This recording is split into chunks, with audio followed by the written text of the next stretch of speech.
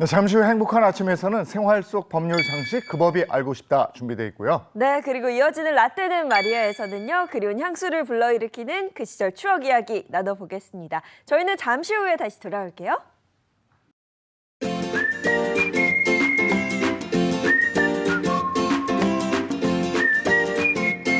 안녕하십니까. 행복한 아침 이재용입니다. 안녕하세요. 전예인입니다. 새로운 한 주가 시작됐습니다. 오늘은 7월 29일 월요일이고요. 이번 장마 참 길고 비도 많이 오고 그래서 오래된 아파트, 신축 아파트 할 거 없이 누수 분쟁이 계속되고 있다고 합니다. 참 이거 곤란한데 네. 자, 이럴 때 어떻게 할까요? 법적으로 해결할 수 있는 방법은 뭐가 없을까요? 그 법이 알고 싶다 해서 알아보겠습니다. 네, 그리고 예전엔 여름이면요. TV에서 남양특집 이야기 방송이 쏟아졌습니다. 이불을 뒤집어 쓰고 별벌 떨면서도 화면에서 눈을 뗄 수 없었던 그 시절 이야기 잠시 후에 라떼는 마리아에서 나눠보도록 하겠습니다. 자, 월요일 행복한 아침 본격적으로 시작합니다.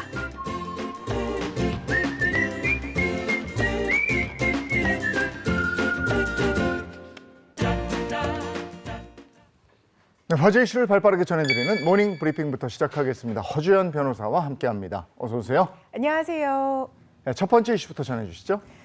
네, 지난 28일 새벽 젊은이들의 성지로 불리는 서울 성수동의 한 공연장에서 갑작스럽게 많은 인파가 몰리면서 강제로 공연이 중단되는 소동이 벌어졌습니다. 그나마 다행히 인명피해는 없었지만 불과 2년 전에 이태원 사고를 잊은 것이 아니냐는 안전 불감증 우려가 나오면서 비판도 이어지고 있습니다. 네, 이태원에서 대형 참사가 발생한 지 2년밖에 되지 않았는데요. 비슷한 사고가 반복될 뻔했습니다. 저도 이 소식 듣고 정말 깜짝 놀랐거든요. 그렇습니다. 서울 성수동에서 열린 이번 공연에는요. 유명한 DJ가 출연을 예고해서 공연 시작 전부터 아주 큰 관심을 받았습니다. 그런데 28일 밤 12시 40분쯤 사람이 너무 많이 몰렸다라는 신고가 소방당국에 여러 건 접수가 됐는데요. 공연장이 밀폐된 실내 공간이었는데 이곳에 너무 많은 관객이 몰렸던 겁니다. 또 관객 5명이 호흡 곤란 증상을 호소해서 소방구조대가 응급조치를 취하기도 했습니다. 결국 소방과 경찰이 안전사고 방지를 위해서 새벽 4시까지 예정됐던 공연을 중단시키고 밤 1시쯤 관객들을 모두 건물 밖으로 내보내게 된 겁니다. 네, 큰 인명피해가 없어서 그나마 다행인데 네. 근데 주최 측이 수용 가능 인원보다도 더 많은 티켓을 판매한 거 아니냐 이런 지적이 또 나와요. 그렇습니다. 일부 관객들 얘기에 따르면요. 주최 측이 공연장에 수용 가능한 인원보다 더 많은 티켓을 판매한 것이 문제다라고 하면서 환불을 요구했는데요. 이 공연장 수용 인원이 2,000명 정도라고 합니다. 그런데 이날 소방당국이 추산한 바에 따르면 그보다 2배 더 많은 약 4,500여 명이 공연장을 찾았다는 건데요. 공연 참석자들은 입장하지 못한 관객들이 줄이 건물 한 바퀴 반을 돌았던 만큼 실제로는 더 많은 인원이 있었을 것이다라고 주장을 했습니다. 한편 주최 측 얘기로는 행사 장소의 인원 제한을 준수했다라고 하면서 피해 관객들에게 전액 환불 조치하겠다고 밝히고 있습니다. 우리에게는 너무나 큰 악몽이 있었기 때문에 그 악몽 되풀이하지 않도록 공연장 안전수칙 더 철저하게 지켜야 되겠습니다. 다음 이슈 전해주시죠. 네, 장마철 집중호우와 폭염으로 인해서 도로에 포토홀 많이 생기고 있는데요. 그런데 겨울철 도로에 눈을 녹이기 위해서 뿌렸던 염화칼슘이요. 여름이 되면 포토홀을 생성하는 악순환이 이어지는 것으로 알려져서 이게 좀 어떻게 된 것이냐, 좀 보완이 필요한 것이 아니냐라는 목소리가 나오고 있습니다. 네, 저도 운전하다가 이 자동차가 덜컹 하면서 놀랐던 기억이 있습니다. 유독 좀 포토홀이 많아진 것 같다는 생각을 제가 했었는데 이 포토홀을 유발한 게 이제 겨울철에 뿌린 염화칼슘일 수 있다고요? 네, 주요한 원인 중에 하나로 지금 지목이 되고 있습니다. 겨울철 도로에 눈이 내려서 얼지 않도록 이 뿌린 염화칼슘에는요, 염소 성분이 포함이 돼 있습니다. 이 성분이 오래된 아스팔트를 균열시키고 지반이 약해진 상태에서 그 위로 차량 하중이 반복이 되면 포토홀이 쉽게 생길 수 있다고 합니다. 구청 관계자에 따르면요. 제설 작업이 끝나면 도로마다 포토홀이 급증하기 때문에 그나마 염화칼슘보다 부식을 덜 시키는 소금을 사용하는 비중을 늘리고 있다 이렇게 전하기도 했습니다. 포토홀이 발생하면 안전사고도 문제인데 이게 또 보수 비용이 그렇게 또 만만치가 않다면서요? 다 또 우리 세금으로 네. 보수 네. 작업을 진행을 하고 있죠. 지난해 전국 포트홀 포장 보수비가요. 약 321억 6천만 원에 달했다고 합니다. 이게 전년 대비 10% 증가한 액수인데요. 포트홀이 늘면서 말씀드렸던 것처럼 도로 보수로 나가는 세금도 늘고 있는 겁니다. 그런데 현재 포트홀 보수에 대한 대응책은 지자체별로 천차만별이라는 한계가 있는데요. 국민권익위가 나섰습니다. 포트홀 현상은 범정부 차원에서 공동 대응해야 한다라고 하면서 염화칼슘 적정 사용량 연구를 통해서 체계적인 매뉴얼을 정비해야 된다라고 권고를 했습니다. 이게 우리 안전과 직결되는 문제이니만큼 철저히 대비를 하고 보수하고 뭐 해야 되겠는데 네. 아이고 돈이 만만치가 않네요. 자, 다음 이슈 전해주시죠. 네, 백종원 대표의 더본 코리아와 연돈 볼카츠 가맹 점주들 간의 갈등이 커지고 있는 가운데 연돈 볼카츠의 매장 수와 매출이 반토막 났다고 합니다. 업계에서는 수개월간에 이렇게 되는 일은 흔한 일이 아니다라고 하면서 매우 이례적인 현상이라고 분석하고 있습니다. 네, 연돈 볼카츠 개점 초기에는 손님이 꽤 많았던 걸로 제가 기억을 하는데요. 이게 구체적으로 얼마나 줄어든 거예요? 이 브랜드가요, 2021년 8월 출원한 뒤에 관심을 엄청나게 받았습니다. 그래서 가맹점 수도 급격하게 늘려갔는데요. 2022년에 68개까지 늘었던 매장 수가요, 지난해 말 기준으로 49개로 줄었다고 합니다. 이달에는 31개, 31개에 그친 겁니다. 가맹점 연평균 매출도 1년 전과 비교해서 40% 줄어들었다고 하는데요. 지금 월평균 매출이 1,300만 원 수준이라고 하는데 한 가맹점 관계자에 따르면 이게 매출이 1,300만 원이라고 하더라도 순수익이랑은 다른 거잖아요. 그렇죠. 그래서 임대료와 공과금 제하면 사실상 남는 게 없는 수준이다 이렇게 토로하기도 했습니다. 네, 가맹점 점주들은 이런 문제는 본사의 책임이다 뭐 이렇게 주장을 하고 있는 거죠. 그렇습니다. 일부 가맹점주들은 개업 초기 백 대표와 연돈에 대한 호기심으로 손님이 많았지만 이게 재구매로 이어지지를 않았다라고 얘기를 하고 있습니다. 그 원인으로는 본사 교육이 짧고 부실해서 제품의 질이 떨어졌고 광고와 홍보도 부족했다라고 얘기하고 있는데요. 이에 본사인 더본 코리아는 개점 효과로 초기 매출이 잘 나온 뒤에 유지하는 것은 본사와 점주가 함께 노력해야 되는 부분이다라고 하면서 이 본사 측에서는 매출액과 수익률을 약속한 사실이 없다는 입장을 재차 강조하는 중입니다. 이렇게 양측의 갈등이 심화되고 있는 가운데 지난달 24일 일부 점주들이 더본코리아를 공정거래위에 신고를 했고요. 공정위는 가맹사업법 위반 여부에 대한 심사에 착수한 상황입니다. 백 대표의 해명에도 이 사태가 연일 논란이 되고 있네요. 자, 다음 이슈 전해주시죠. 올해의 장마 한마디로 정말 예측 불가능했습니다. 멀쩡한 하늘에 갑자기 폭우가 쏟아지는 일이 정말 많았는데요. 그러자 우리나라 기상청 예보가 부정확한 것 같다라고 하면서 해외의 날씨 예보 서비스로 눈을 돌리는 이용자들이 늘고 있다는 소식입니다. 네, 올해 장마는 유난히 변덕을 부려서 뭐 도깨비 장마다 이런 말까지 있었는데요. 기상청 예보와 날씨가 어긋나는 일이 뭐 물론 있습니다만 정말 이 해외 날씨 어플리케이션이 기상청보다 더 정확하다는 거예요? 이게요, 저도 굉장히 궁금했거든요. 한 언론사에서 실제로 비교 분석을 해봤다고 합니다. 인기가 높은 해외 날씨 앱 2가지와 우리나라 기상청 예보를 비교를 했는데 체코에 본사를 둔 민간 기상기업 윈디닷컴, 그리고 미국에 본사를 둔 글로벌 기상기업 아큐웨더, 그리고 한국의 기상청 날씨 알림이 3개의 날씨 앱을 저렇게 비교를 했는데요. 조건 동일했습니다. 22일 서울 종로 1가 기준으로 날씨를 분석했더니 윈디닷컴은 오후 3시부터 밤까지 약한 비를 예보했고 아큐웨더는 오후 3시에 소나기를, 기상청은 오후 3시와 4시에 비가 온다 이렇게 예보를 했습니다. 결과는요, 기상청 예보가 가장 정확했다고 합니다. 오. 하지만 다음 날 새벽 예보는 3개의 앱 모두 맞추지를 못했다고 합니다. 어느 쪽이 더 정확하다고 단언하기 어려운 상황인 것 같은데 네. 기상청하고 해외 날씨 예보 공통점, 차이점 뭐가 있겠습니까? 모두 수치 예보 모델을 활용을 합니다. 공통점은요, 이 수치 예보 모델이 10km 안팎 간격으로 제공이 되기 때문에 세부 지역의 날씨를 세세하게 예측하는 것은 어렵다고 합니다. 차이점은요, 기상청은 예보관이 여러 모델을 분석하고 지형과 같은 다양한 요소를 감안해서 최종적으로 예보를 내린다는 건데요. 기상청 통보관은 그 나라의 기후라든가 기상학적 패턴은 그 나라에서 제일 잘 알고 있다고 합니다. 그래서 각 국가 기상청에서 내는 예보가 가장 정확할 수밖에 없다 이렇게 얘기를 했습니다. 천기, 하늘의 기운이잖아요. 이거 사람이 어떻게 100% 맞추겠습니까? 그럼요. 네. 그런데 다음 날 중요한 일이 뭐가 있고 며칠 날 뭐가 있는데 날씨가 틀리면 참 곤란하거든요. 더 분발해 주시기 바랍니다. 자, 오늘 여기까지 하겠습니다. 허주연 변호사와 함께했습니다. 고맙습니다. 고맙습니다. 자, 그렇다면 행복한 아침의 날씨 요정은 어떨까요? 좀 궁금해지는데요. 날씨 바로 알아보도록 하겠습니다. 마지연 기상캐스터 나와주세요. 네, 상암동에 나와 있습니다. 서울은 벌써 8일째 열대야가 이어지면서 잠 못 드는 밤 지새는 분들 많으실 텐데요. 한낮에도 더위의 기세는 꺾이지 않겠습니다. 네, 전남 해안에는 바다 안개가 밀려들고 있습니다. 오전까지 시야가 답답한 곳이 많으니까요. 차간 거리 넉넉히 두고 사용하셔야겠습니다. 오전 중에 중북부 지역으로 비가 확대됩니다. 내일까지 최대 30mm로 양은 많지 않겠고요. 내렸다 그치기를 반복할 걸로 보입니다. 네, 폭염특보 현황도 살펴보겠습니다. 현재 전국 대부분 지역에 폭염특보가 내려져 있고요. 최고 체감 온도가 35도 안팎 오르겠습니다.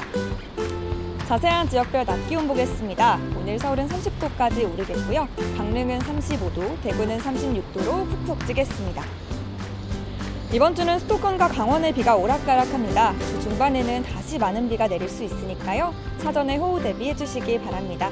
지금까지 날씨 전해드렸습니다.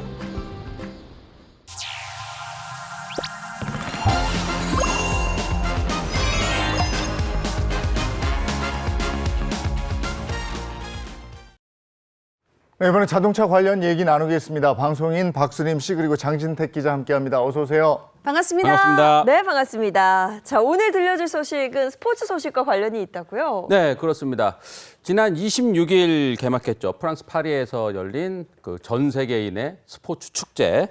예, 시작부터 느낌이 상당히 좋은데 우리나라 지금 계속 메달 모으고 있어요. 네. 뭐 펜싱, 수영, 사격. 사격 뭐 하고 있고 저 새벽에 예, 양궁 여자 단체전 금메달. 이거 보셨어요? 못 봤죠. 아까 그거 하이라이트. 보고 자느냐고. 네. 이게 여자 단체전 10연패입니다.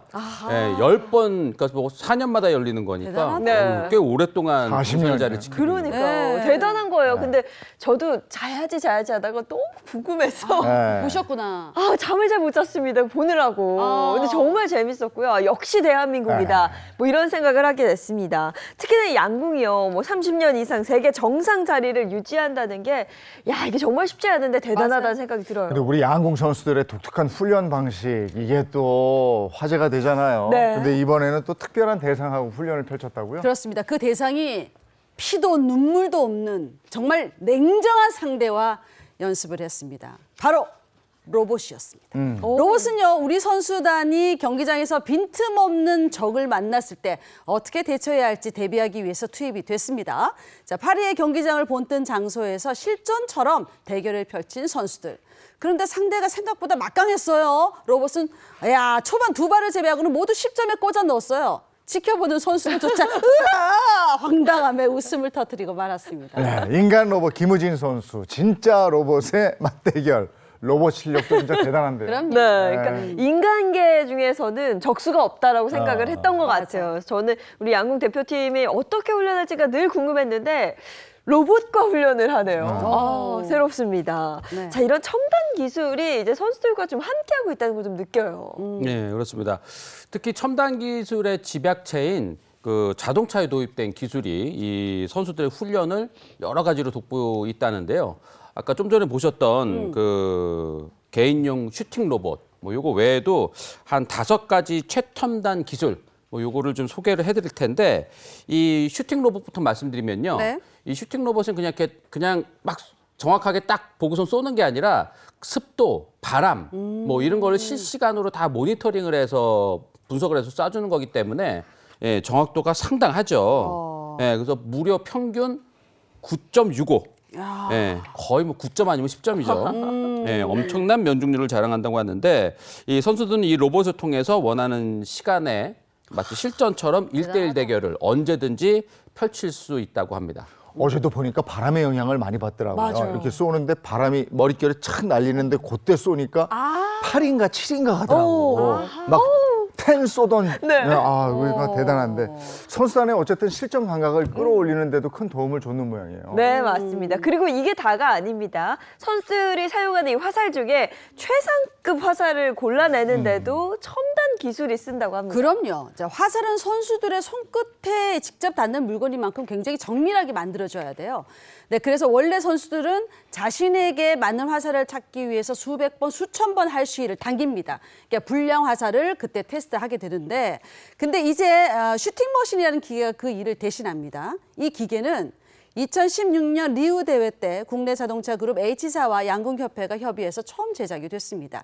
지금은 그때보다 정밀도와 정확도가 더 획기적으로 개선됐다고 합니다. 그러니까 선수들이 할 일을 줄여주고 네. 정말 해야 할 훈련에만 집중할 수 있도록 이런 첨단 기술이 쓰여지는 거네요. 그럼요. 야, 그리고 화살만큼이나 중요한 게 또 활이잖아요. 네. 여기에도 많은 신경을 썼다면서요? 네, 그렇습니다. 이 활을 딱 잡았을 때, 이 진짜 0.1mm만 조금 돼도 예, 이 10점을 못 맞히잖아요. 그렇죠. 그래서 이 살이 그 화살 요 손잡이 부분이 그 개인 선수들마다 손에 딱 맞게 이렇게 제작을 한대요. 근데 이걸 제작해 주는 데가 없다 보니까 선수들이 직접 뭐 나무라든가 뭐 이런 걸로 깎아가지고 자기 손에 맞춰서 이렇게 만들어냈다는데. 그 그립이라고 그러죠, 그립. 네, 그립. 예. 네, 그립을. 네. 근데 이제 이게 경기 중에 화살이 좀 이상이 생기거나 그러면 다른 화살로 바꿔야 되잖아요.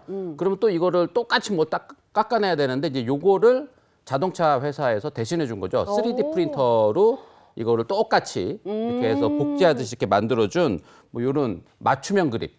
요런 것들로 그 선수들에게 선물을 해서 와. 선수들이 경기력을 높이는 데 또 기여를 했다고 합니다.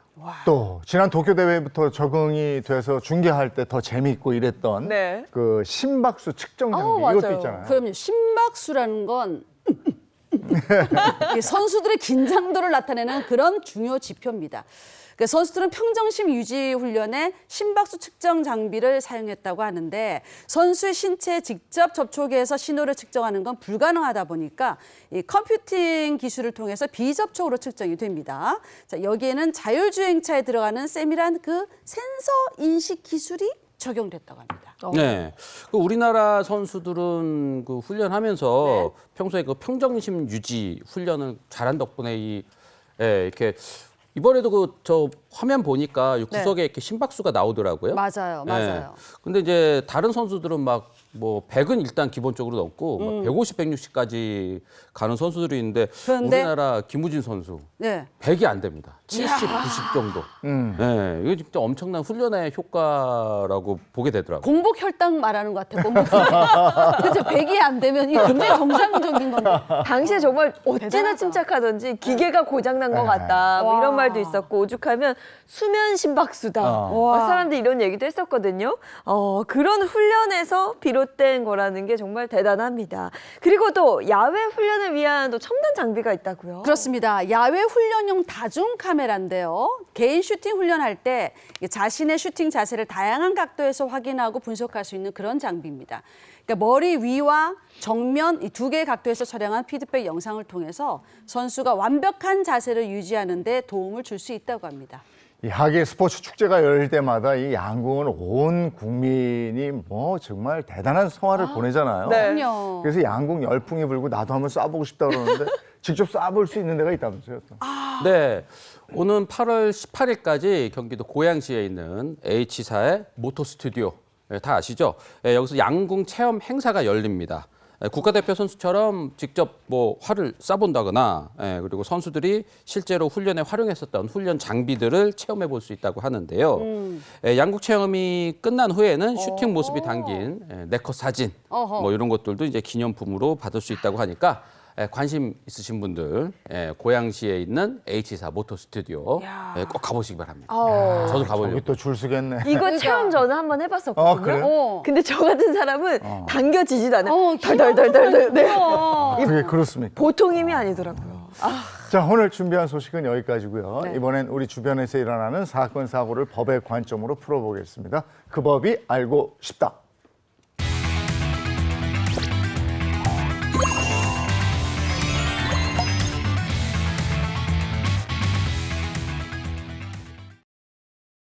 네, 행복한 아침 함께하고 계신 지금 시각이 7시 50분을 넘어섰습니다. 네. 오늘 특별한 월요일 함께해 주실 개그맨 정철규 씨 어서 오세요.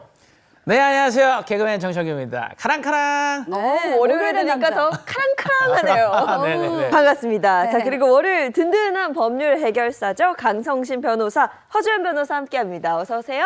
안녕하세요. 안녕하세요. 오늘은 생활 밀착형 주제를 정했다고요? 네, 살면서 이런 문제 안 겪어보신 분은 없을 정도인데 이 문제는 내가 억울한 피해자가 될 수 있고 반대로 가해자가 될 수 있는 그런 상황입니다. 자, 이번 주제는 바로 우리 집 천장에서 물이 새요.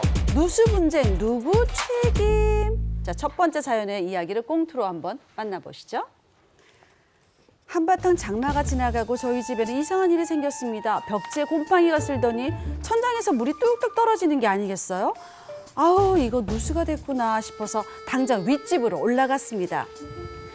저기요, 5층 사는 아랫집인데요. 천장에 물이 새서 그런데 여기 6층 좀 확인해 볼 수 있을까요? 아따, 아지매.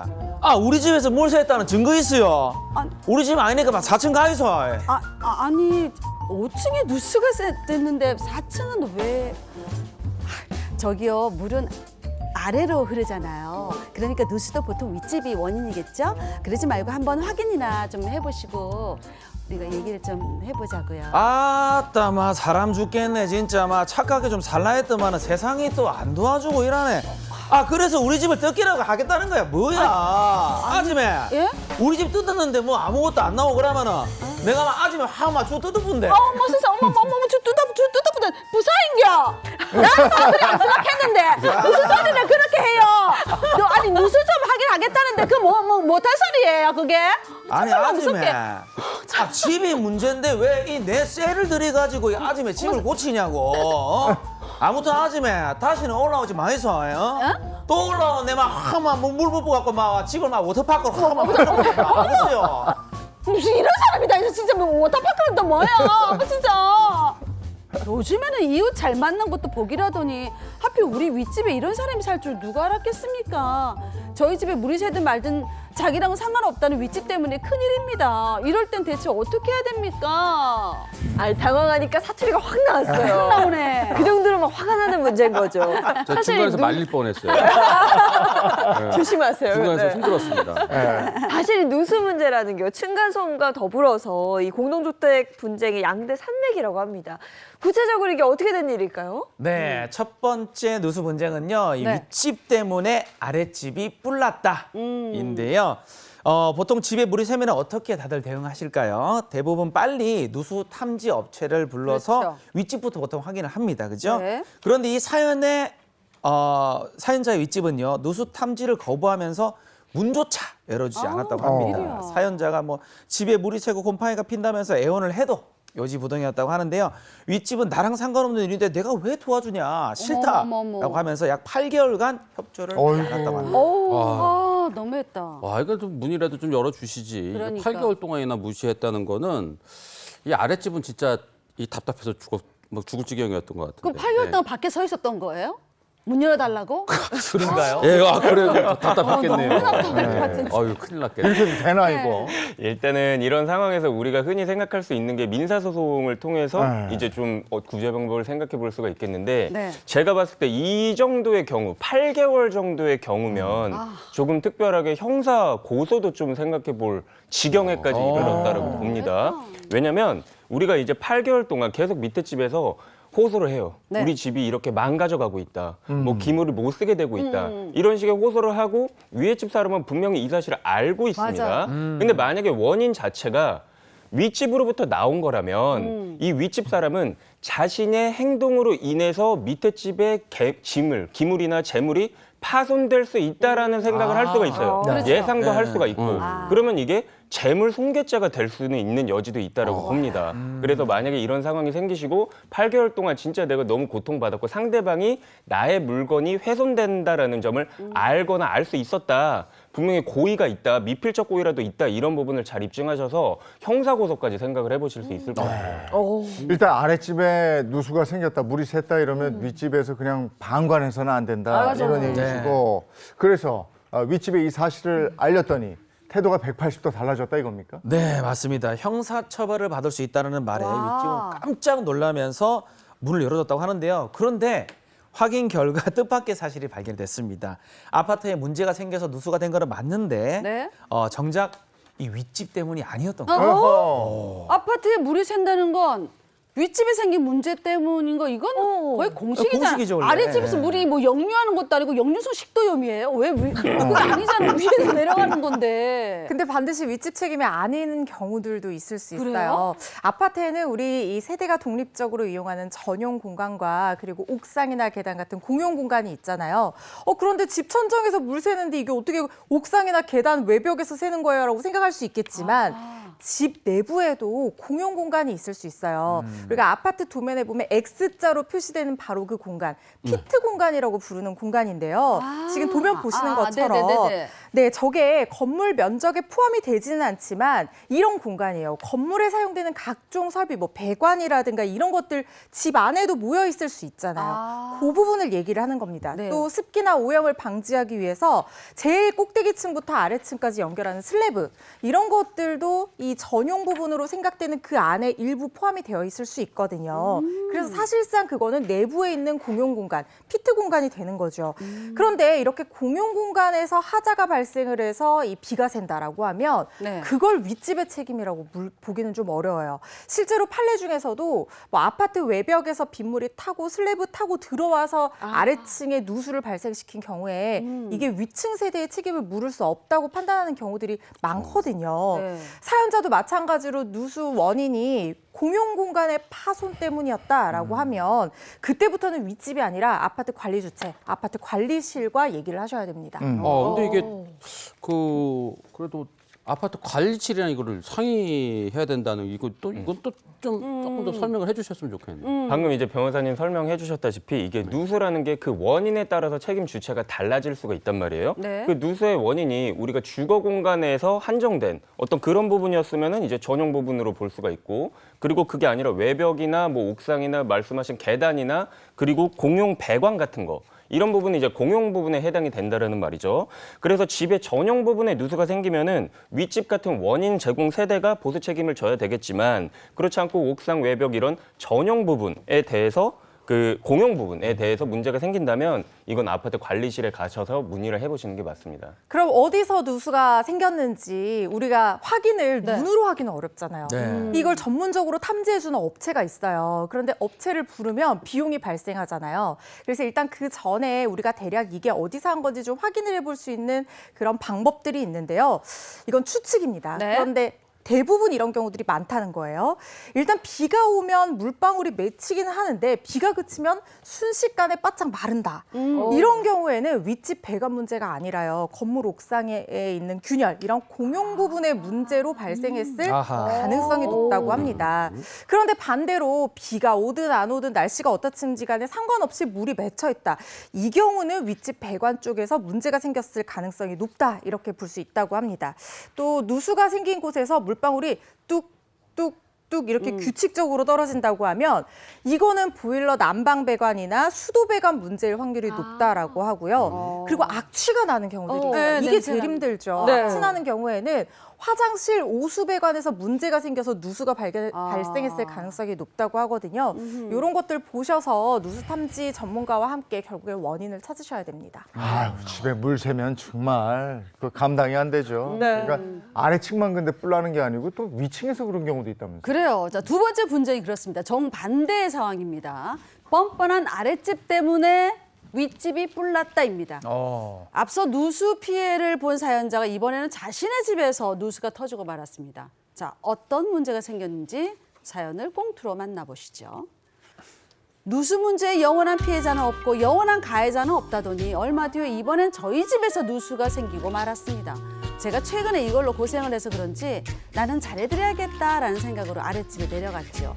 그런데 아랫집 주인도 만만치 않게 이상한 겁니다. 저기요, 저 5층 사는 사람인데요. 어머, 깜짝이야. 아니, 집에서 왜 우산을 쓰고 계세요? 그야 집에서 비가 이렇게 줄줄 내리니까 그렇죠. 아니 아무튼 잘 오셨어요. 여기 화장실 좀 보세요. 아주 홍수 살 수가 없어요 제가. 아이고, 벽에 조그맣게 물 고인 것 같긴 한데 그렇다 우산 쓸 정도는 아니죠. 오바쟁이다 진짜. 어머, 지금 무슨 소리 하세요? 지금 이 비가 주룩주룩 내리는 거 이거 안 보여요? 아무튼 나 여기 싹 다 갈아엎어야 될 것 같으니까 화장실 전체 수리 이거 맡길 테니까 이거 좀 해주세요. 알았죠?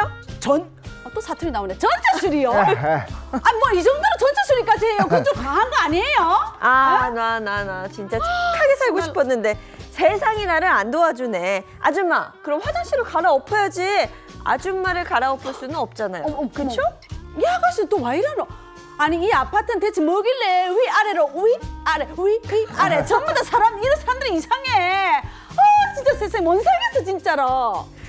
아니 제가 전생에 무슨 죄를 지었길래 이렇게 주변에 이상한 주민들만 있을까요? 누수 피해가 그렇게 크지 않는데도 과도한 수리비를 요구하는 아랫집. 제가 수리비를 달라는 대로 주는 게 맞을까요? 야, 이거 위아래로 이상하긴 하더라니까. 윗집 때문에 고생하더니 이제는 또 아랫집 때문에 골치가 아파졌습니다. 이거 어떻게 해야 돼? 그렇습니다. 우리 집에서 물이 새도 참 난감한 그런 일인데요. 사연자는 원래 물이 샌 곳만 피해 배상을 해주려고 했습니다. 그런데 아랫집에서는 화장실에 물이 고이고 하니까 전체 수리를 하겠다. 그리고 방 천장까지 누수가 된 것 같다. 전체 도배를 하겠다며 수백만 원에 달하는 수리비를 달라고 했습니다. 아니, 물론 아랫집에 피해가 생겼으면 보상을 해주는 게 맞는데요. 맞아. 이렇게 과하게 뭐 전체 수천만 수리비. 원에 수백만 원에 달하는 수리비를 요구하는 거 이거 다 들어줄 필요가 있을까라는 생각이 좀 듭니다. 변호사님 되게 OX로 답을 한번 들어볼까요? 쓰겠죠 뭐. 자, OX 한번 해야 한다? 제발. 아니다. 한번 들어볼까요? 한다? 이건 아니다? 뭐 그렇지. 그렇죠. 법이 이 정도는 돼야지. 예, 맞습니다. 그 결론부터 말씀드리면 아랫집에 이렇게 과도한 요구에 응해줄 필요까지는 없습니다. 우리가 윗집으로 인해서 손해가 발생하긴 했지만 여기서 말씀 중에 꼭 우리가 기억을 해야 될 게 윗집의 행위로 인해서예요. 그러니까 행위로 인과관계가 인해서. 있어야 된다는 거예요. 그러니까 윗집에서 누수가 발생하긴 했지만 예를 들어서 그와 전혀 상관없는 방에 있는 어떤 이거 젖었어요 라고 하면서 이 물건도 배상해 주세요라고 한다라든지 아니면은 굉장히 고급 자재들로 막 얘기를 하면서 내가 지금 고장난 건 이건데 다 갈아엎어야 되니까 고급 자재들로 다 바꿔버린 거예요. 근데 그 자재는 예전에 썼던 것보다 훨씬 더 금액이 높을 거 아닙니까? 그렇죠. 이런 거는 사실 그 인과관계성이 인정받기 어려울 수가 있어요. 그래서 이러한 과도한 요구는 받아들여지기 어렵고 그 통상의 손해를 한도로 인정을 받으실 수가 있겠습니다. 그리고 이런 경우 있어요. 수리해줄게. 그래 수리하자 해서 거기까지는 동의를 했는데 네. 업체를 선정해야 될 거 아니에요. 그럼 수리를 해주는 사람 입장에서는 견적을 최소화하고 싶을 거고 맞아요. 받는 사람 입장에서는 최대한 최대. 좋은 걸로 하고 싶을 거 아니에요. 예를 들어서 윗집에서 알아본 업체는 50만 원을 불렀는데 아랫집에서는 여기 200만 원 들여서 수리해야 한다더라. 그럼 이제 다툼이 생기거든요. 이럴 때도 마찬가지로 피해자 요구를 무조건 다 들어주실 필요는 없습니다. 실제로 이게 소송까지 간다라고 하면요. 피해자가 원하는 업체와 누수 원인 제공자가 알아본 업체 견적이 이렇게 현저하게 차이가 나며 결국에는 하자가 발생했을 당시를 기준으로 감정을 해요. 그래서 그 감정 가격에 따라서 손해를 배상해주면 되거든요. 그래서 아랫집이 그 손해배상액을 받아서 자기가 원하는 업체의 개인 비용 더 보태서 수리를 하든지 아니면 그 정도 가격에 수리해줄 수 있는 업체를 선정을 해서 네. 수리를 진행을 하면 되는 겁니다. 근데 윗집에 사는 사람이 집주인이 아니고 세입자라면 수리비를 누구한테 청구해야 돼요? 세입자 아니면 집주인? 이거는 좀 상황에 따라서 다를 것 같아요. 뭐 예를 들어서 제가 임차인이라고 해볼게요. 임차인인데 그 제가 지금 살고 있는 전셋집에 수도꼭지가 좀 제 마음에 안 들어요. 디자인이 마음에 안 들어가지고 또 예쁜 걸로 바꿨단 말이에요. 근데 제가 바꾸면서 뭔가 제대로 이런 실링 같은 걸 안 했어요. 그러니까 제가 임차인인데 그래서 그 잘못으로 인해서 누수가 발생했다라고 있다. 생각을 해볼게요. 그럼 이 경우에는 임대인, 그러니까 집주인의 잘못은 전혀 없잖아요. 세입자가. 네, 그래서 누수가 발생했을 경우에는 이제 임차인에게 이 책임을 묻게 할 수가 있겠죠. 아하. 근데 그런 상황에서 누수가 발생한 게 아니라 네. 정말 오래됐어요. 그 노후화된 그 수도배관의 경우에 만약에 누수가 발생을 했다라고 하면은 이거는 임대인의 집주인의 책임으로 우리가 물을 수가 있겠죠. 그리고 또 많이들 궁금해하는 게 누수 분쟁이 생겨서 윗집 아랫집 다 만족하지 못하는 결과 때 소송을 하게 되는데 이런 걸로 소송을 하면 배보다 배꼽이 더 크다고 그러는데 맞습니까? 네, 요거는 오입니다. 오. 네, 이거 왜 오냐면요. 이게 이 조정을 항상 가게 되거든요. 네. 그러고 비용을 또 많이 들게 되잖아요. 그런데 내가 들인 비용보다 결국에 소송으로 받는 손해배상 금액, 조정으로 합의한 금액이 더 적은 경우들이 굉장히 많이 생겨요. 특히 피해자가 만약에 소송을 청구를 하는 원고가 될 거 아니에요? 그러면 원고가 일단 수임료라든가 인지대 송달료 그리고 감정해야 되면 감정 비용 이런 것들을 일단 다 부담을 하게 됩니다. 그리고 원고가 만약에 100% 전부 승소를 하게 되면 그 주문으로 소송 비용은 피고가 부담한다라는 내용이 나온다고 하면 그때 인지대 송달료 감정 비용을 받으실 수가 있는 거고요. 설령 이런 경우라고 하더라도 그럼 변호사 수임료 냈는데 그거 다 돌려받을 수 있는 거 아니에요? 이렇게 질문 진짜 많이 하시거든요. 근데 그렇지 않습니다. 이게 변호사 수임료를 우리가 시세라고 하잖아요. 이 시세와 법원에서 주는 이 인정하는 수임료가 좀 달라요. 근데 법원에서는 대법원 규칙에 따라서 이 소송 가액에 따라서 계산한 금액을 변호사 수임료로 준다고 이렇게 결론이 나오거든요. 근데 그게 항상 실제로 소송 비용 부담하는 것보다 낮은 정도의 금액이 나오는 경우가 많아요. 그둘 중에 적은 금액을 내야 되기 때문에 내가 설령 변호사 비용으로 500만 원 지출했다고 해서 500만 원을 다 받을 수 있는 것은 아닙니다. 그러면은 내가 이렇게 수백만 원 들여가지고 소송을 했는데 뭐 소송 비용 각자 부담한다 이렇게 나와버리면 결국에는 내 비용을 또 다 내가 내야 되는 상황이 나올 수도 있거든요. 그리고 실무적으로는 정말 제가 이런 사건 해보면 거의 대부분은 무조건 조정으로 가요. 그래서 약간은 어느 정도는 내가 손해를 보더라도 양보해야 되는 부분이 생길 수밖에 없거든요. 그러면 내가 들인 비용보다 실제로 내가 돌려받는 금액이 적은 경우들이 꽤 있기 때문에 이 부분 좀 신중하실 필요가 있습니다. 자, 그런데 이 누수 피해가 그냥 뭐 벽지나 뭐 이런 거 외에 뭐 TV 같은 전자제품 같은 거는 물 떨어지면 그냥 못 쓰게 되잖아요. 망가지죠. 네. 가전제품. 그리고 뭐 되게 비싼 옷 같은 거 이렇게 했는데 뭐 누수 때문에 얼룩 같은 게 생겼어. 이것도 못 입게 되는 거잖아요. 뭐 이런 재산상의 손해 이거는 뭐 전액 배상 뭐 이렇게 해주는 거겠죠? 이거는 제가 세모 드리겠습니다. 세모. 네, 이게 왜 그러냐면 배상을 해줘야 되겠지만 네. 그 인과관계에 따라서 이 전액이라고 하면은 우리가 조금 감액의 여지가 있기 때문에 세모를 제가 들었는데요. 뭐 일단 누수로 인해서 입을 수 있는 손해 범위가 꽤 큽니다. 뭐 아까 말씀하신 고가의 옷도 있을 수가 있고 그리고 TV 같은 가전제품도 있을 수가 있고 그리고 이런 거 있을 수 있어요. 막 정말 나만 아끼는 애장품이에요. 네, 시장에서는 그 가치가 그렇게 높지 않은데 막 내가 너무 소중하게 여기는 내 진짜 이 선물 네, 하나밖에 없는 그냥 이런 거는 가치를 어떻게 매길 거냐는 거예요. 그래서 보통 이 손해를 청구하는 사람의 입장에서는 이게 시장가 새 거의 가격으로 보통 청구를 해요. 왜? 나는 이거를 못 쓰게 됐으니까. 근데 우리가 생각해야 될 건 사실 감가도 생각을 해야 되거든요. 우리가 살다가 이 물품을 쓰다 보면은 물건에 이제 감가가 되는 경우들이 있기 때문에 우리가 인과관계를 입증을 해서 윗집에 누수로 인해서 내가 이 물건에 대해서 못 쓰게 됐다고 하더라도 우리가 주장하는 금액 100%만큼 인정이 되지 않을 가능성도 감가 때문에 있다는 겁니다. 그러면 이런 경우도 있잖아요. 사실 우리가 차 사고 나도 네. 가만히 있는데 뒷차가 쾅 박았어요. 그럼 차를 이용을 못하니까 차를 빌렸을 때 그 비용을 그러네. 뒷차가 지불을 해주잖아요. 집도 마찬가지가 아닐까 싶은데 내가 만약에 집에서 생활을 못해서 호텔 같은 곳에 묵어야 할 경우 그 비용을 어떻게 주는 건가요? 받을 수 있나요? 아주 정확한 예를 들어주셨어요. 되구나. 만약에 이 하자 보수를 하는데 기간이 너무 오래 걸리고 범위가 너무 광범위해서 도저히 이 집에서 공사 기간 동안 살 수가 없다. 그렇죠. 이런 경우에는 뭐 근처에 숙박시설 이용할 수밖에 없잖아요. 이때 숙박비도 배상해줘야 될 범위에 들어가긴 하는데 너무 좋은 예를 들어주신 게 우리가 사고가 났는데 막 갑자기 슈퍼카를 렌트한다고 하는 거예요. 그러면 이거 비용 주겠어요? 아니죠. 그렇죠. 그런데 내가 갑자기 막 이렇게 하자 보수 기간 동안 뭐 5성급 최고급 호텔에 막 리조트에서 숙박해야 된다 이러면 당연히 그 비용까지는 주지 않겠죠. 그래서 아까 강 변호사님께서 상당 인과관계라는 표현을 쓰셨는데 우리가 상식적인 범위 내에서 그 지역의 적절한 숙박비 정도를 배상해주라 이런 내용은 나올 수가 있고요. 그리고 이렇게 하기 전에 좀 윗집 사람과 좀 잘 협의를 하셔서 적정한 수준의 숙박비를 받으시는 것도 방법이 될 수 있겠습니다. 근데 우리 집에 누수가 발생했다 이러면 이웃 간에 막 이게 잘 해결 안 되면 막 언성이 오가고 아까 막 경상도 아저씨 나타나고 막 협박하고 이러면 무섭거든요. 스트레스 되게 많이 받는단 말이에요. 이런 정신적인 스트레스 이런 것도 위자료 청구할 수 있는 건가요?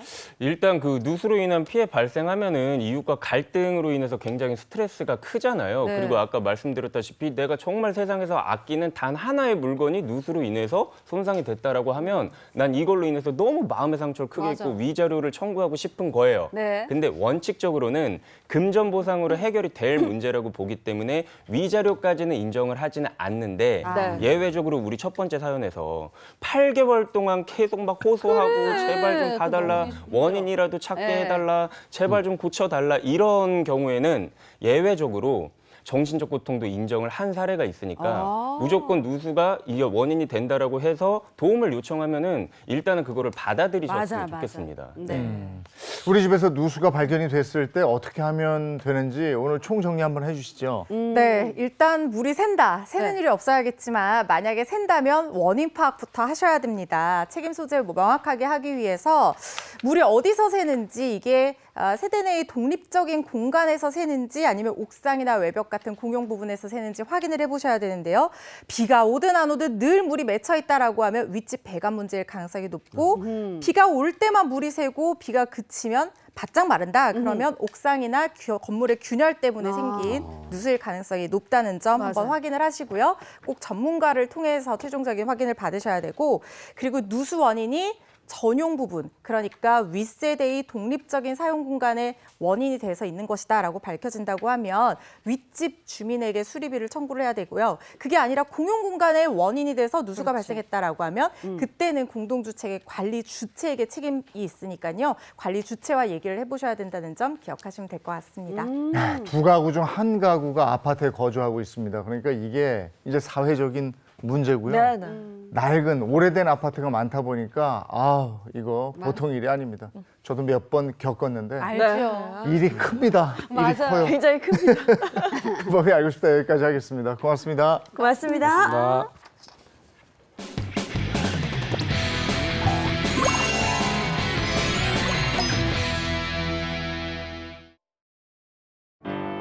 라떼는 말이야. 이번 주제는요. 월화의 공동묘지를 아시나요? 그 시절 오싹한 귀신 이야기입니다.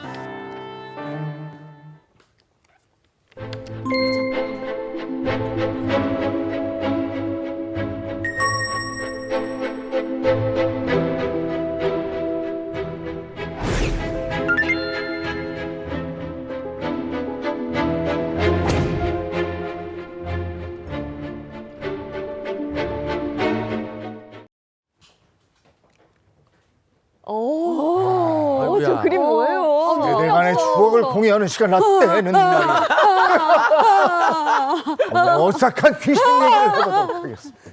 남양특. 아니 근데 그 남양 특집이라는 말도 굉장히 사실 오랜만에 네. 들어본 것 같아요.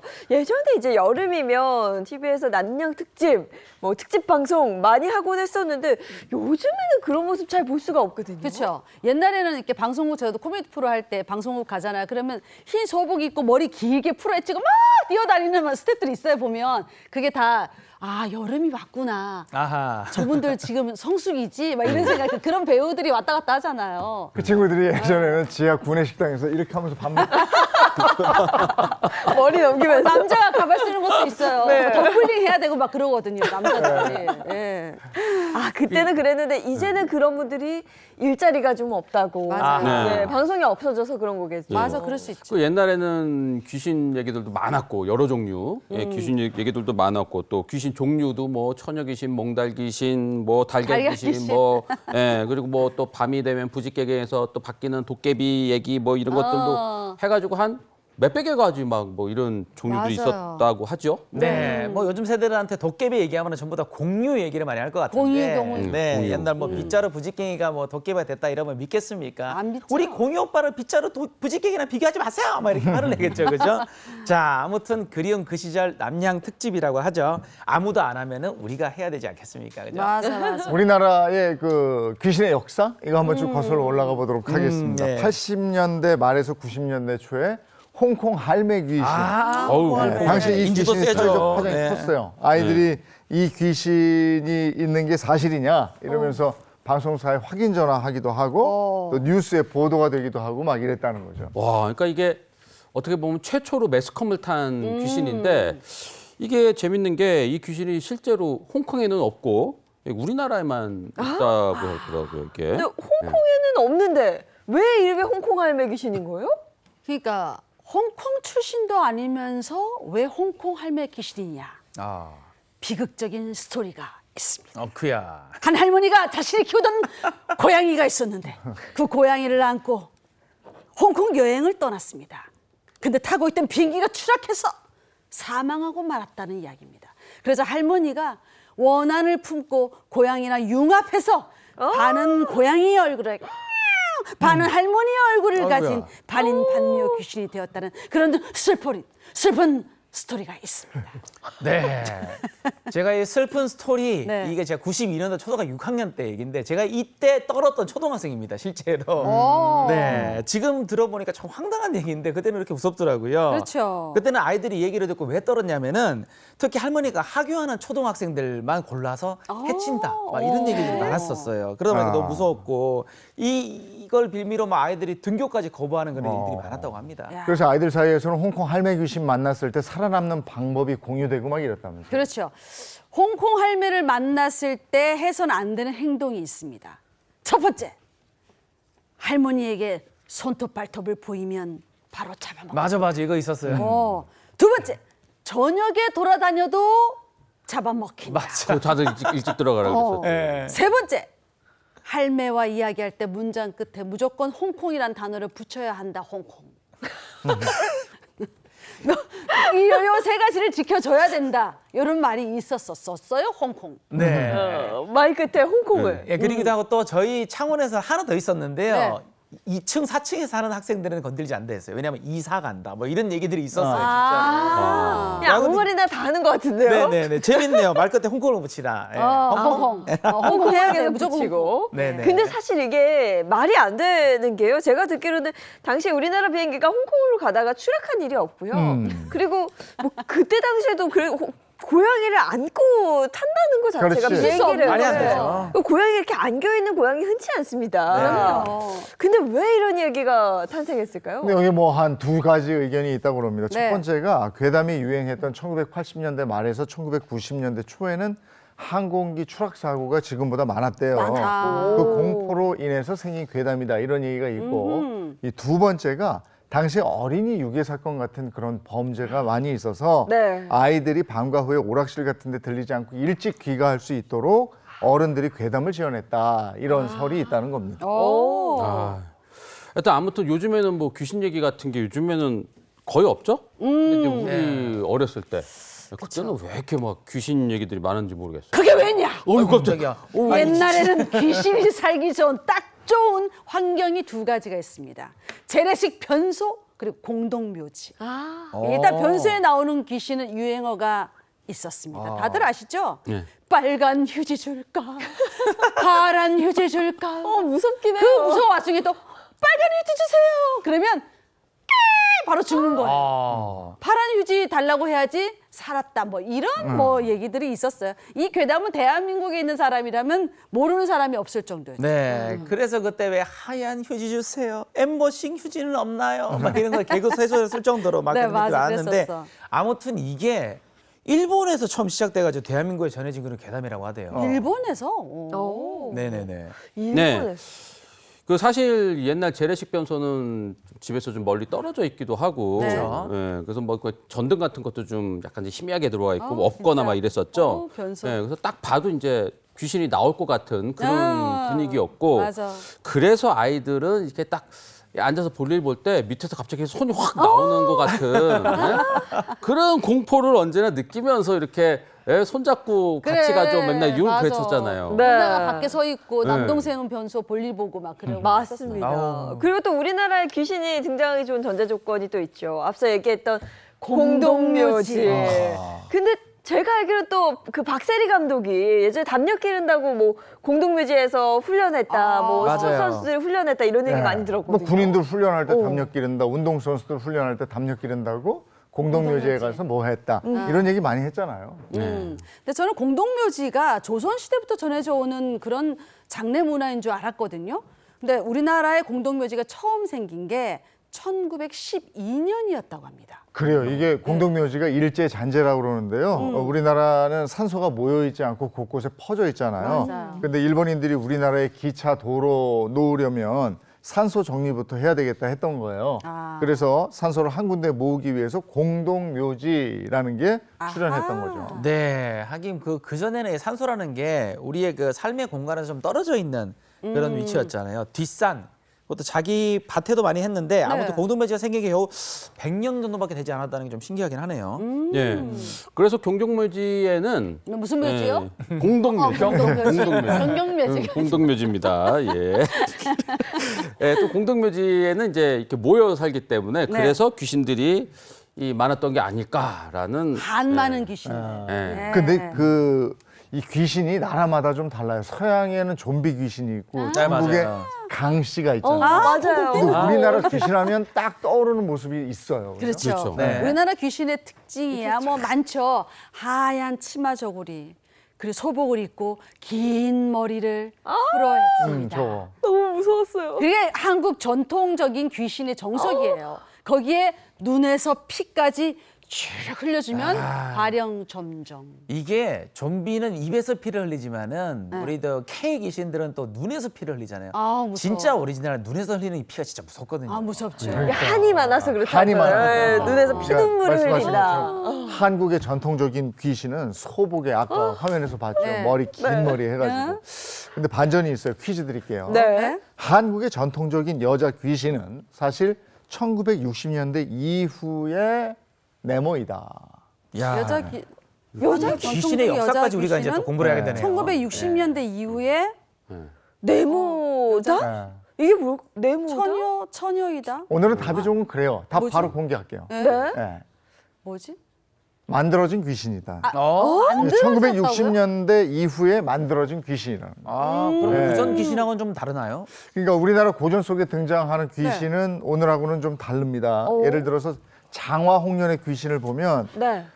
노계홍상, 즉 연두저고리의 다홍치마의 미인 이렇게 돼 있고요. 네. 우리가 아는 처녀 귀신의 이미지하고는 달라요. 우리나라 처녀 귀신은 네. 소복 문화예요.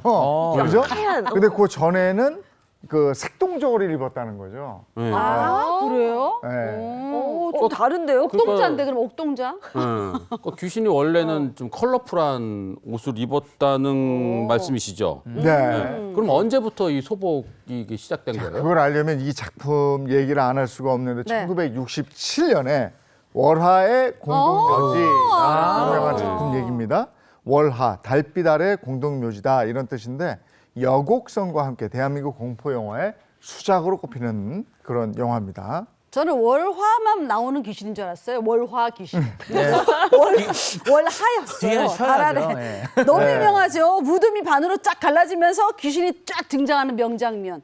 지금 너무 유치한데 그때는 진짜 무서웠어요. 근데 저 특징을 보셨는지 모르겠는데 머리를 푼 여자 귀신이 소복을 입고 이가 뾰족한 드라큘라 드라큘라 송곳니를 송곳니. 하고 있어요. 아, 요렇게. 그러니까 이게 동서양을 결합시켜 놓은 거예요. 그런 귀신의 형상의 복합체인데 이게 월화의 공동묘지에 처음 등장을 했고 우물에서도 올라온 것 이때부터 같아요. 우리에게 귀신의 모습이 고정관념처럼 자리 잡게 됐다 이겁니다. 그러니까 이 귀신이 굉장히 상업화된 귀신, 그렇지. 자본주의 귀신이네요. 보니까 동서양에 이 무서운 거 싹 모아놨으니까 하긴 무섭죠. 네.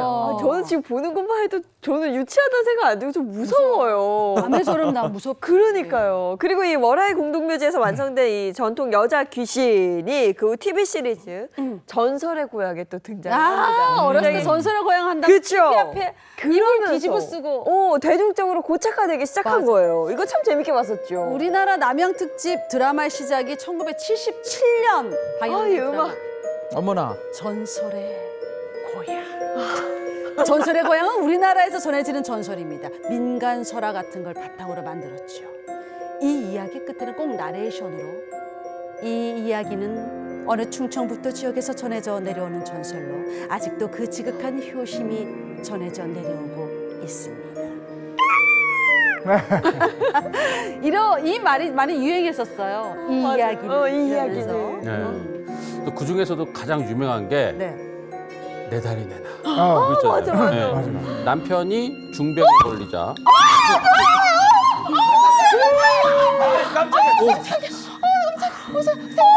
아니 나는 이거를 설마 아침에 하겠나 생각을 했거든요. 이게 아침 방송 이렇게 돼요? 아이고. 나는 시커먼 게 저승사자인 줄 알았어. 깜짝. 아니 근데 나는 귀뜸을 듣긴 들었는데 그래도 몰랐어요. 아니 제작진이 조용히 와서 얘기하더라고. 근데 깜짝 놀라네 진짜. 방송 사고인 줄 알았어요. 이 생방에서 너무 웬 일입니까 이게? 예. 수림 선배는 지금 나이가 50대다 보니까 오 내가 진짜 이러면서 아니 그리고 요원도 안 써놨는데 갑자기 저렇게 나타나면 어떡해. 아니 그리고 지금 무서운 얘기를 하던 중에 내 다리 내놔 얘기하려고 막 이러고 있는데 타이밍 좋았어. 아니 저는 저쪽에 이제 저희 화면 모니터가 있는데 뒤에 뭔가 검은 그림자가 쓰면 잘못 봤나 하고 이렇게 봤는데 너무 깜짝 놀랐어요. 깜짝 놀랐어요. 와, 마스크팩 같은 거 하신 거예요? 귀신도 요즘 관리해야 됩니다. 예. 진짜 어지러워. 아니 근데 진짜 당시에는 분장이랑 효과음이 네. 그리고 옛날에 전설의 고향하고 이럴 때 흑백 텔레비전 시대가 있었어요. 맞아요. 그렇죠. 그때도 무서웠어. 그렇죠. 근데 칼라화가 되면서 여기다 피치라고 딱 나오면 맞아. 진짜 무서웠다고. 무서웠죠. 예. 네네. 전설의 고향 전에 라디오에 네. 전설 따라 삼천리 이래가지고 그렇죠. 아까 뭐 이 얘기는 이야기는 뭐 문경 어디서 그럼 할아버지하고 이렇게 라디오 들으면서 그때도 무서웠어요. 맞아. 우리가 어렸을 때는 그 시체 연기하는 분이 한 발로 뛰어 쫓아오잖아요. 너무 빨라가지고 우리가 한 발로 뛰는데도 100m 한 13초에 끊는다 막 이런 얘기하고 그랬거든. 콩콩콩콩 뛰어가잖아. 근데 옛날에는 그 귀신역도 제법 유명한 배우들이 하지 않았어요? 그럼요. 전설의 고향 하면 이 이야기도 빠뜨릴 수 없습니다. 자, 배우 장미, 김태희, 고소영 씨의 공통점을 아시겠습니까, 여러분? 미녀 배우. 봐도 알겠어요. 미녀들이잖아요. 다 당대 최고의 최고. 미모. 네. 예. 제일 예쁘신 분들. 지금 남양 택지 얘기하는데 미녀 뭐 이런 얘기 미녀가 나오니까. 생각해봐요. CF 뭐 이런 거 잘. 아이고 정말. 그러니까 당대 미녀 배우들이 다 귀신이었나 봐. 정답은 응? 구미호 역할을 구미호. 아. 70년대부터 90년대까지 당대 미녀 스타로 통했던 여자 배우들이 가장 맡고 싶어하는 역할이 구미호였어요.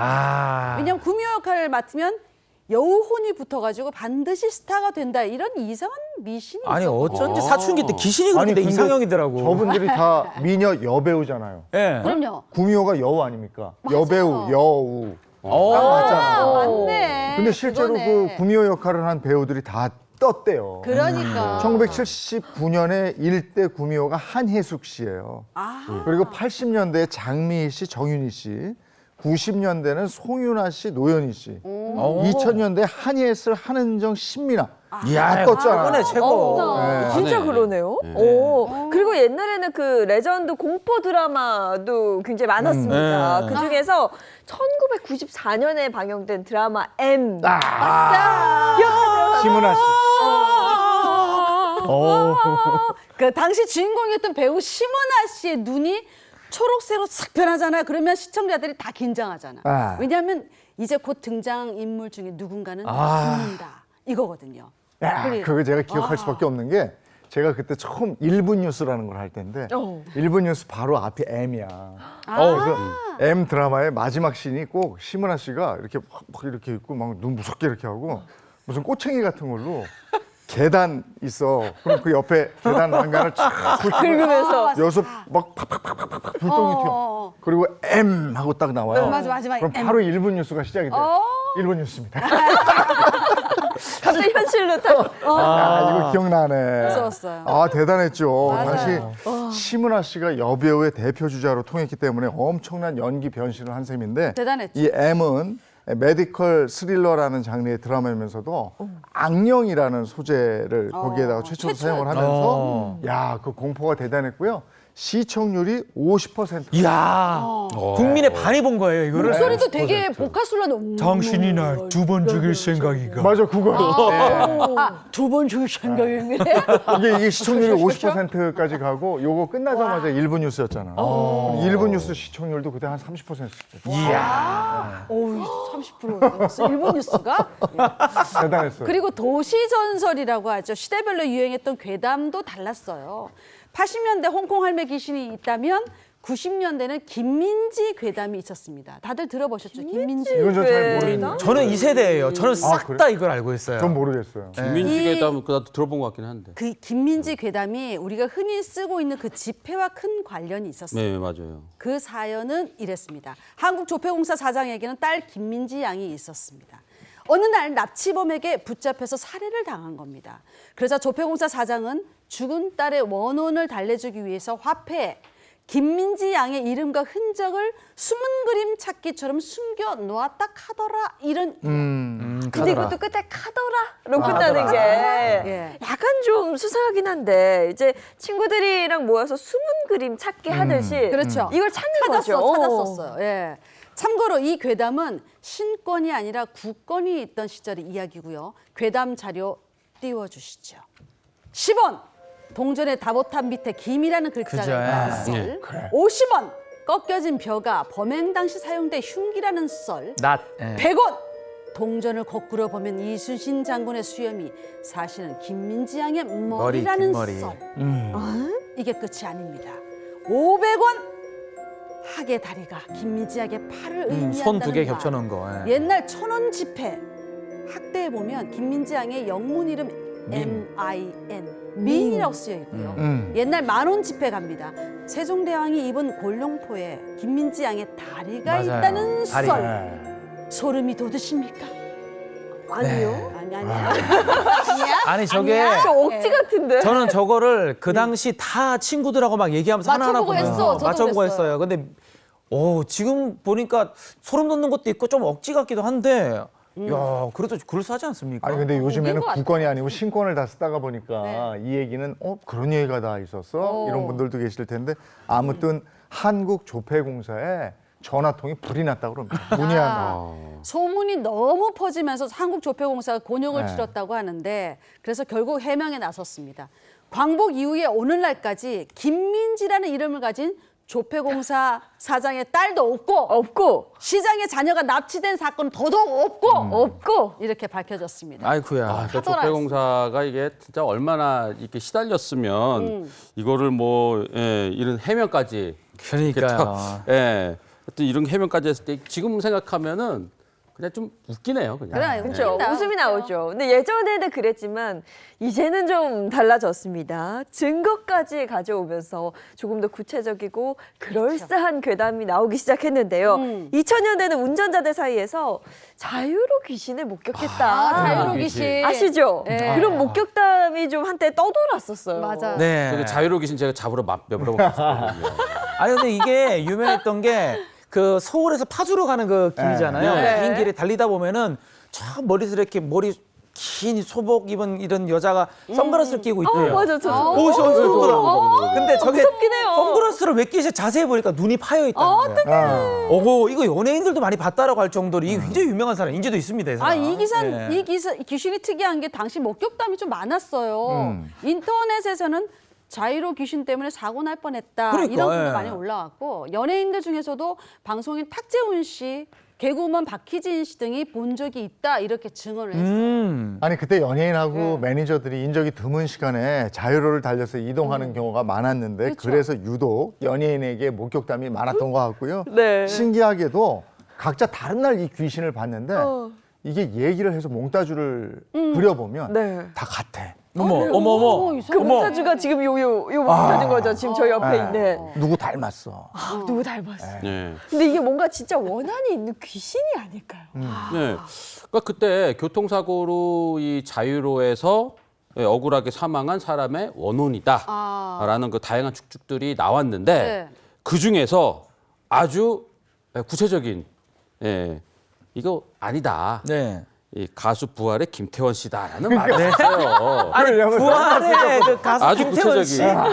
그리고 머리가 길잖아. 김태원 씨 그분이 왜 갑자기 왜요? 내가 누구 닮았다고 그랬잖아. 똑같잖아요. 닮았네 진짜. 근데 그분이 저기서 왜 나오겠어 갑자기. 네, 자 이유를 들어보세요. 이 그 김태원 씨가 그 당시 일산에 살았고요. 그리고 그 밤에 비가 오면은 밤에 산책을 자주 다니셨다고 비 올 그래요. 때? 아, 네. 정말. 그리고 평상시에도 또 그 저녁에도 밤에도 이 큼직한 선글라스 이거 쓰고 다니고 아. 예, 그리고 이제 약간 이 광대뼈도 이렇게 딱 나오고 그래가지고 좀 비슷하게 생겼어요. 그리고 이제 트레이드 마크인 긴 머리, 예, 긴 머리 요거를 이제 풀고 이게 산책을 하고 뭐 아이고. 이랬다는 얘기도 있고 그리고 결정적으로 이 소문이 퍼지고 이 김태원 씨가 그 일산에서 다른 데로 이사를 갔거든요. 네. 안 나와. 예, 그 이후로는 자유로 귀신이 사라졌어요. 그럼 잠깐만 일리가 있는데 이거. 맞네.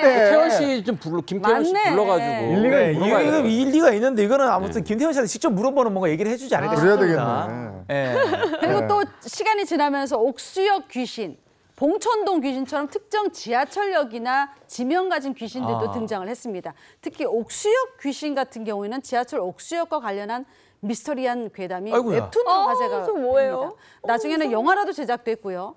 예전에는 괴담을 그냥 헛소문이라 넘겼다면 요즘에는 괴담을 콘텐츠로 여기고 다양하게 소비하는 형태로 바뀐 것 같아요. 네. 아.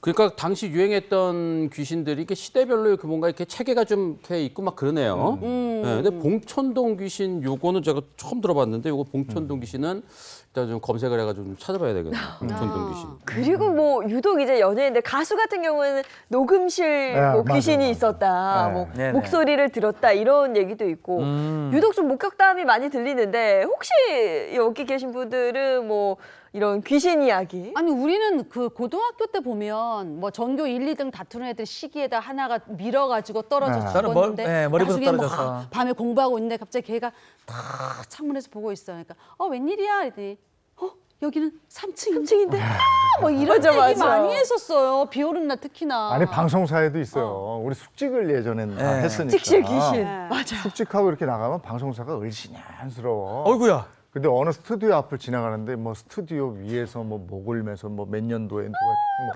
죽었다는 이런 게 있어. 근데 맞아. 스튜디오 문이 갑자기 이렇게 휙 열려 있는 거야. 그러면 안에 괜히 이렇게 들어가면 왜 사람이 맞아 오싹하게 맞아. 그런 경우도. 저는 제일 무서웠던 얘기가 오싹한 그 건물에 밤에 엘리베이터 탔는데 혼자 탔어요. 네. 근데 층층마다 엘리베이터 섰는데 사람이 아무도 없어요. 그리고 다시 문이 닫혔는데 갑자기 엘리베이터에 초과 인원 10,000원 딱. 아 혼자 귀신이 탄 거야. 아니 10,000원을 내고 타야 되는 거 아니야? 저는 이게 너무 무서워가지고. 그 유료 통행료 이런 거 아니었어? 무섭다니까 그런 거. 아니 어, 예, 아무도 없고 혼자 공포 있을 때. 드라마나 영화 또 기억나는 거 있어요? 공포 드라마. 그 예전에 방금 말했던 그 전설의 고향이나 토요 미스테리 토요 미스터리. 그쵸? 아, 그거 많이 진짜 들어. 무서웠어요, 진짜 그거. 무서웠어요. 또 이야기 속으로 이런 거. 이야기 속으로도 진짜 무서웠어요. 나는 TV에서 귀신 나오는 거. TV 속에서 귀신이 싹 나오는 거. 그 여고괴담. 영화 뭐 여고괴담인가? 그거 원래 일본 영화 아니었어요? 이렇게 나 TV에서. 너무 머리 이렇게 여고괴담이에요. 근데 이렇게 여고괴담은 아주 유명한 시리즈 아니에요. 아. 그죠? 여기서도 스타가 나왔지. 맞아. 뒤에 뭐 몇 편 나왔는데. 맞아요. 야, 이게 요즘에는 근데 이런 게 없어요. 요즘에는 요즘에- 가수 싸이에 흠뻑쇼도 있고 이래서 남양 특집이 필요 없이 그냥 다 그냥 시원하게 하니까. 그러니까요. 이제 더울 일이 없어서 그런지 이제는 뭐 특집으로 남양 특집 이런 거 잘 못 본 것 근데 같아요. 수시로 공포 영화를 보잖아요. 네. 그래서 그런 것 같아요. 아니 오죽 남양 특집이 없으면 그래 우리 행복한 아침을 쓴 남양 특집. 근데 저는 아까는 아침이 생방에 그게 나올 거라고 놀랐어요. 생각 못했어요. 네. 아까 그거 깜짝 놀랐어요. 우리 방송 전에 그랬잖아요. 그러니까 하얀 소복 입고 우리 스텝이 지나가는 거 이거 재밌겠다. 이런 얘기 했잖아요. 근데 갑자기 확 들어오길 까만 거 입혔더라고 까만 거. 자 여기까지 해야 되겠어요. 조연출- 시간 다 됐어요. 자 고맙습니다. 고맙습니다. 네, 날씨 알아보겠습니다. 마재현 기상캐스터 나와주세요. 네, 상암동입니다. 지난 밤에도 열대야로 밤잠 설친 분들 많으시죠? 낮에도 여전히 더위가 심할 텐데요. 밤낮 없는 더위에 건강 유의하셔야겠습니다. 전남 해안에는 바다 안개가 밀려들고 있습니다. 오전까지 시야가 답답한 곳이 많으니까요. 출근길 조심해서 이동하시기 바랍니다. 오늘 오전 중에 중북부 지역으로 비가 확대됩니다. 내일까지 양은 30mm로 많지 않겠고요. 내렸다 그치기를 반복하겠습니다. 폭염특보가 열흘 넘게 이어지며 온열 질환자가 1,000명에 육박했습니다. 수분 섭취 잘 해주시고요. 야외 활동 시에는 틈틈이 그늘에서 쉬어주시기 바랍니다. 오늘 서울의 낮 기온은 30도 예상되고요. 강릉은 35도, 대구는 36도까지 오르겠습니다. 습도 때문에 체감 더위는 더 심할 걸로 보입니다.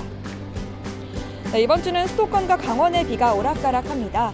주 중반에는 다시 많은 비가 내릴 수 있으니까요. 비 피해 없도록 대비 잘해주시기 바랍니다. 지금까지 날씨 전해드렸습니다. 요즘에는 덥고 습도가 높아서요. 네. 지난 주말에 산에 갔더니 완전히 습식 사우나더라고요. 아, 정말 덥죠. 근데 거기다가 정말 습하다는 게 네. 더 불쾌지수를 높이는 것 같습니다. 이런 날씨 건강 상하기 쉬우니까요. 건강 잘 챙기셔야겠습니다. 좋은 하루 보내시고요. 저희는 내일 아침 7시 30분에 돌아올게요. 행복한 아침, 행복한 하루 되십시오. 고맙습니다. 고맙습니다. 즐겨봐 너의 세상 플레이 더 넥스트 채널 A.